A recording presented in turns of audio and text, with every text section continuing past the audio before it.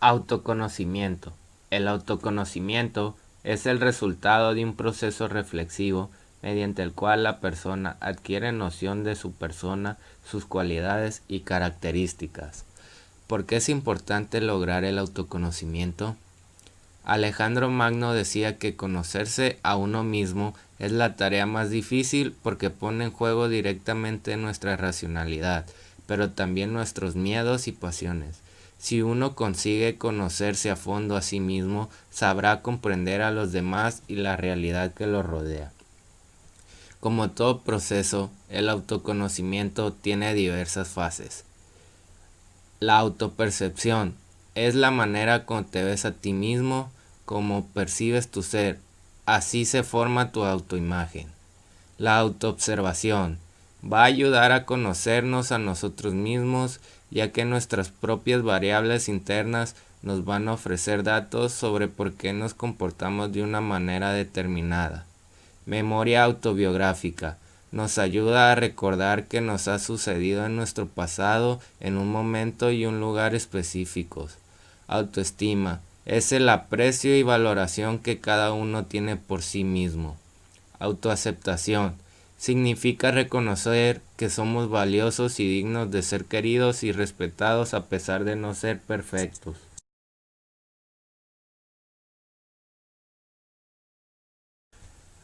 Autoestima. La autoestima es el valor que el individuo atribuye a su persona y a sus capacidades.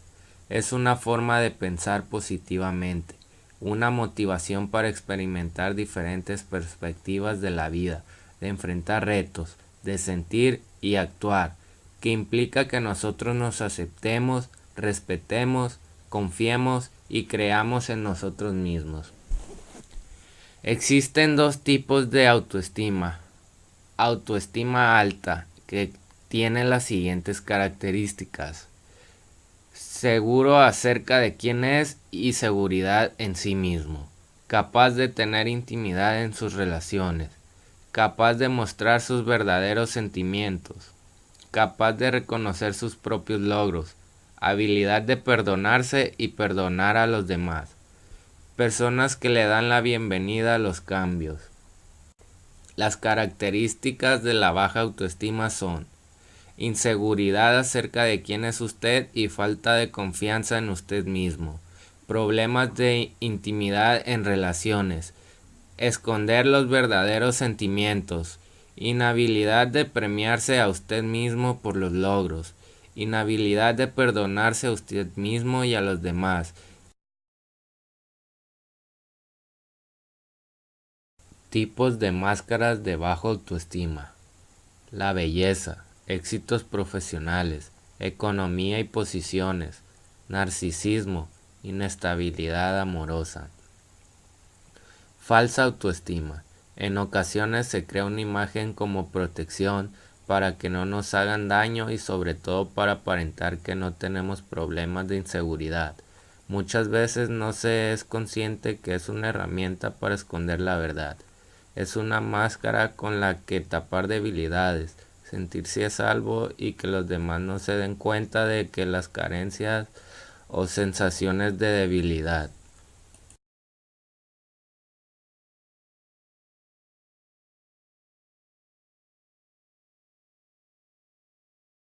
Lectura selectiva. La lectura selectiva, o también llamada lectura de búsqueda, se utiliza cuando se están buscando datos específicos. Esta lectura solo busca información de interés. Lectura de comprensión. En esta lectura implica el conocimiento del vocabulario, la comprensión de la estructura de la oración y la sintaxis, y de la capacidad de interpretar las intenciones del escritor.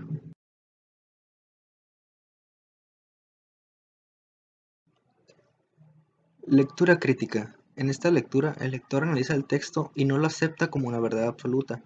Evalúa la relevancia de lo que se está leyendo, compara la información con otra o con su propia experiencia. Requiere que se realice de forma pausada para que se pueda evaluar desde un abordaje crítico.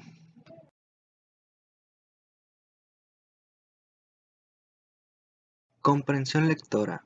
La comprensión lectora es la capacidad que tienen las personas para entender todo lo que se lee.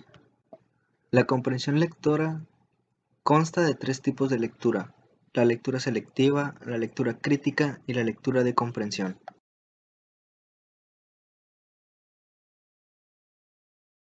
Componentes de la lectura: reconocer y usar sonidos individuales para crear las palabras, es decir, el conocimiento fonético. Comprender las relaciones entre las letras escritas y los sonidos hablados, es decir, la fonética elemental. Desarrollar la capacidad de leer un texto con exactitud y rapidez, quiere decir la fluidez o soltura en la lectura. Aprender el significado y la pronunciación de las palabras, es decir, el desarrollo del vocabulario. Adquirir estrategias para entender, recordar y comunicar lo que se lee, es decir, las estrategias de comprensión de la lectura.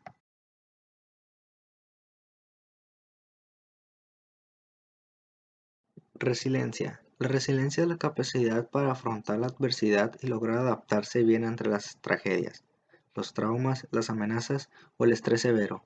Ser resiliente no significa no sentir malestar, dolor emocional o dificultad ante las adversidades. Aspectos positivos de una persona resiliente. Es humorística, es creativa, introspectiva, tiene capacidad de relacionarse, son iniciativas y tiene la capacidad del pensamiento crítico.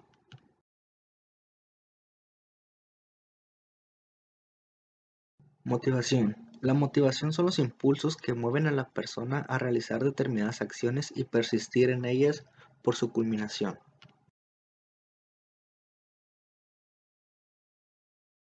En cambio, la motivación intrínseca tratan de los deseos de las personas de hacer las cosas por el hecho de considerarlas importantes o interesantes para ellas. Algunos ejemplos pueden ser la autonomía, una maestría, algún propósito entre ellos.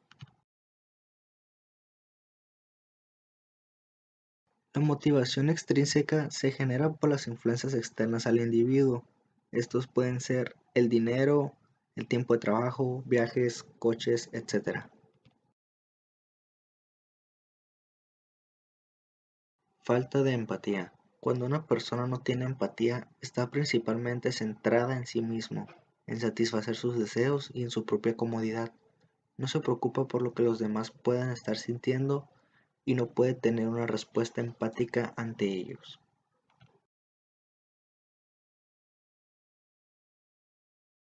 Empatía. La empatía es esa cualidad que tenemos los seres humanos para establecer buenas relaciones interpersonales con las demás personas. La empatía requiere, por tanto, prestar atención a las otras personas, aunque es un proceso que se realiza en su mayor parte de manera inconsciente. ¿Cómo podemos desarrollar esta empatía? De una forma sería observándolas con más detalle a los demás mientras hablan con ellos, prestándoles toda la atención posible y observando todos los mensajes que esa persona quiere transmitir.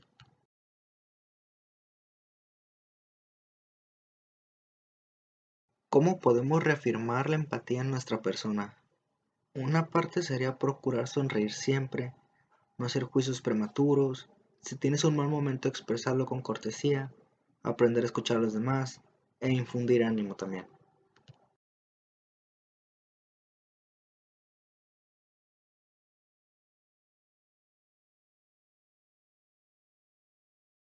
Diferencia entre carácter y temperamento.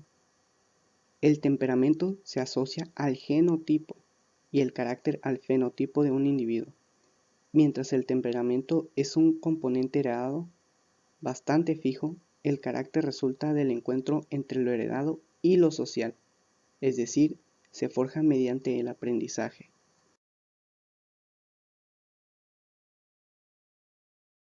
¿Qué es el temperamento?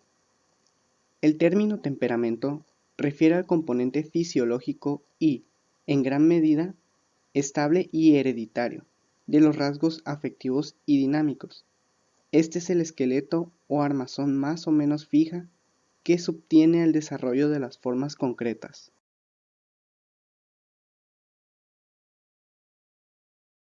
Existen diferentes tipos de temperamentos, que estos a su vez son 4. Uno de ellos es sanguíneo, otro colérico, flemático y melancólico.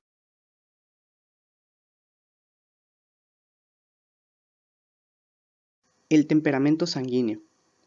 Este temperamento es basado en un tipo de sistema nervioso rápido y equilibrado que se caracteriza por poseer una alta sensibilidad y un bajo de actividad y fijación de la concentración y una moderada reactividad del medio.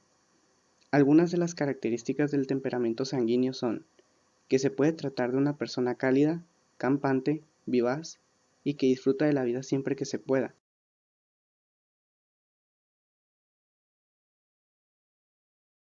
Temperamento melancólico. Esta persona es un tipo analítico, talentoso, perfeccionista, abnegado, con una naturaleza muy sensible. Nadie disfruta más del arte que el melancólico. Algunas de las características del melancólico son que suele ser un amigo fiel. Temperamento flemático. Basado en un tipo de sistema nervioso lento y equilibrado que se caracteriza por tener una baja sensibilidad, pero una alta actividad y concentración de la atención. Y por último, tenemos al temperamento colérico. Esta persona posee un carácter un tanto duro, con características que por lo general son que son fríos y no emocionales.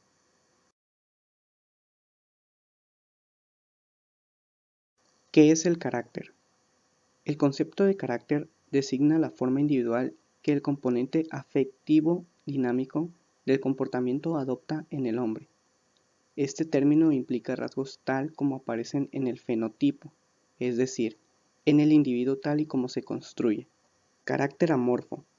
Su rasgo dominante es una pereza sumamente radical. Vive en el presente inmediato y no suele ser reflexivo en cuanto a las consecuencias de sus actos. Carácter colectivo. Son personas que no suelen terminar las cosas que empiezan. Cambian constantemente de actitud y les cuesta trabajo adquirir nuevos conocimientos. Carácter flemático. Estas personas suelen ser fríos, tranquilos, puntuales, ordenados, veraces y flexibles. A su vez, fáciles de tratar, pacíficos y calmados. Carácter apático. Carácter o lógicamente mal dotados y difícilmente adaptables al medio. Suelen tener debilidad mental, es decir, cerrados de mente.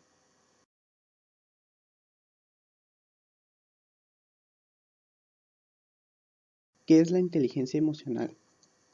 Es la capacidad de reconocer nuestros sentimientos y los sentimientos de los demás, así como el conocimiento para manejarlo.